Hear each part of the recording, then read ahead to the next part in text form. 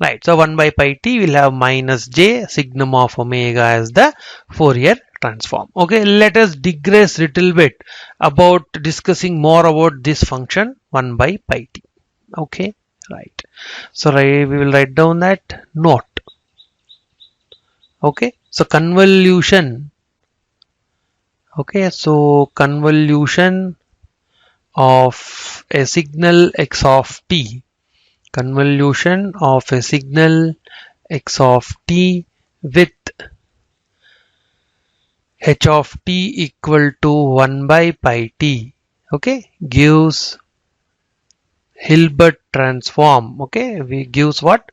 Hilbert transform. Okay, Hilbert transform of, okay, this is ht. Okay, so Hilbert transform of x of t. Okay, David Hilbert is a German mathematician. He is very famous mathematician of 20th century. Okay, so convolution of any signal x of t with 1 by pi t will give you Hilbert transform of a signal. So what does it mean? This implies xh of t. Okay, we denote it with xh of t equal to x of t convolved with 1 by pi t. Xh of t would be equal to x of t convolved with 1 by pi t. Okay, so because convolution is involved here, we can see this as what? Output of an LTI system. So we will write down in block diagram notation.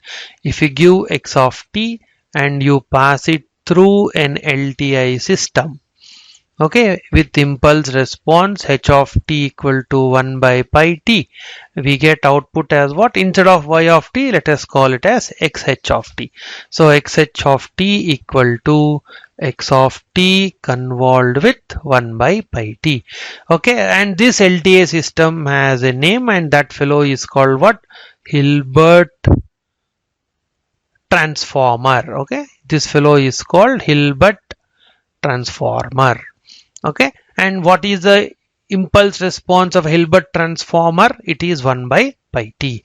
Okay, and convolution of x of t with 1 by pi t, we call it as what? Hilbert transform. Okay, so Hilbert transform, in that way, that notation you should know. Okay, yes, so let us take few examples again. So what does this mean? If you convolve any signal x of t with 1 by pi t, we get what? Hilbert transform of a signal. Before we go into examples, let us see what happens in frequency domain. Okay, so in frequency domain, okay, so in frequency domain, what happens?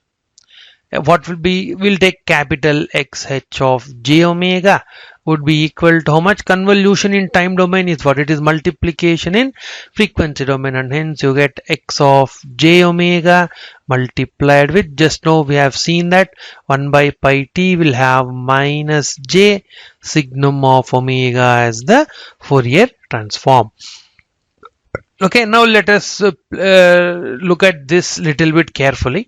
So minus j signum of omega. Okay, so minus j signum of omega, that should be written as, that can be written as what? This fellow is j when omega is less than 0, 0 when omega equal to 0, and it is minus j when omega is greater than 0. Okay, right. So what will happen to absolute value of minus j signum of omega?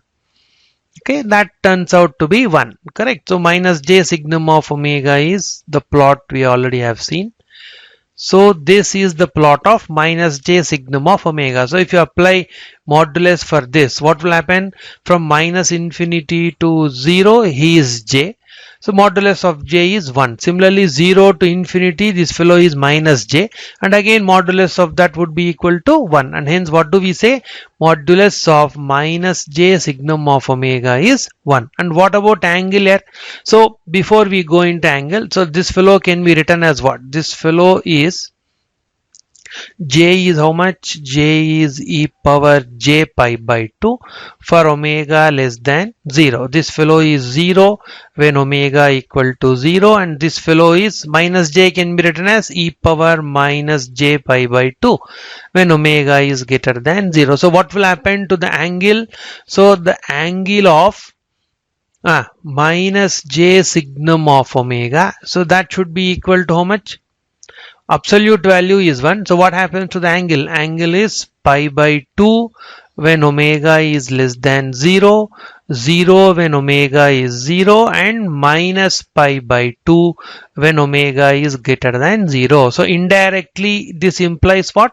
Hilbert transform will introduce 90 degrees phase shift for negative frequencies and minus 90 degrees phase shift for positive frequencies. So this implies Hilbert transform will introduce, okay, this fellow will introduce 90 pi by 2 means 90 degrees, correct? So 90 degrees phase shift, okay, 90 degrees phase shift for which frequencies? Negative frequencies, correct? So for negative frequencies and minus 90 degrees phase shift for whom? For positive frequencies, okay? 90 degrees phase shift for negative frequencies and minus 90 degrees phase shift for positive frequencies. Now let us look at the final Fourier transform. So x of j omega can be written in polar form, if you remember. So what will be our xh of j omega? That is, I write it again, we got that to be how much? X of j omega multiplied with minus j signum of omega. Okay, so minus j signum of omega. So what will happen? This fellow, so this is nothing but modulus of how much? This can be written as modulus of x of j omega multiplied with e power j angle of x of j omega, and multiplied with, or if you remember, you can just write down minus j as what? E power minus j pi by 2 multiplied with modulus of signum of omega, correct? Multiplied with e power j angle of signum of omega. This also is possible. But signum of omega is what? That is a real function, and hence angle would be 0, and hence this term can become 1. Okay, so this finally would be equal to how much? So we can write it as modulus of signum of omega would be equal to how much? 1. So finally this is 1, and this fellow is also 1. Why?